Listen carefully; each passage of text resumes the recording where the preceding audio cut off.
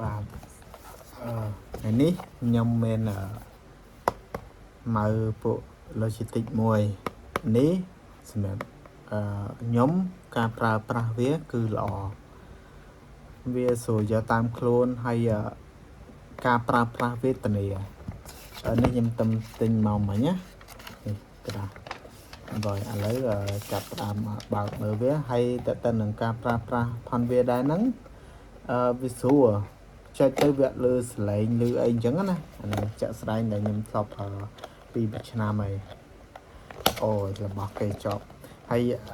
អានេះខ្ញុំយកប្រភេទពណ៌ខ្មៅពេលមាន3ពណ៌ទី1ពណ៌ខៀវ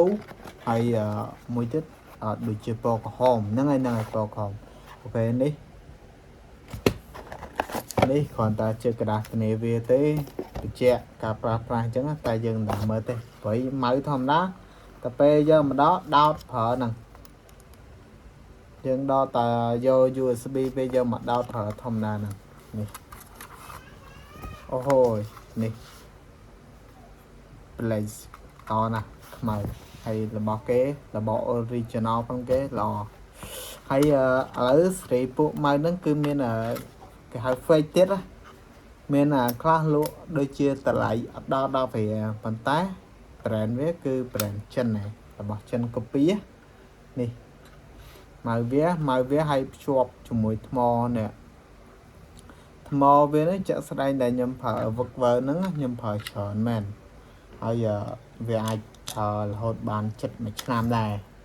អញ្ចឹងណាតែសំខាន់ឲ្យតែពេលយើងឈប់ប្រើគឺយើងធ្វើការដកគឺធ្វើការយើងបិទអានេះបិទចុចបិទម៉ៅព្រោះកន្លែងនេះវាមាន function បើកហើយនិង function បើកបិទការប្រើប្រាស់ឥឡូវខ្ញុំដាក់ម៉ៅប្រើនេះខ្ញុំដាក់ចូលហើយខ្ញុំបិទស្ទះវានិយាយទៅគឺវាសមមនុស្សប្រុសបើមនុស្សស្រីប្រើស្រីមួយទៀតរៀងសមព្រោះដោយសារដៃមនុស្សស្រីគាត់តូចអានេះបើយើងនិយាយពីចាក់ស្ដែងណាអូខេឥឡូវខ្ញុំដើរប្រើ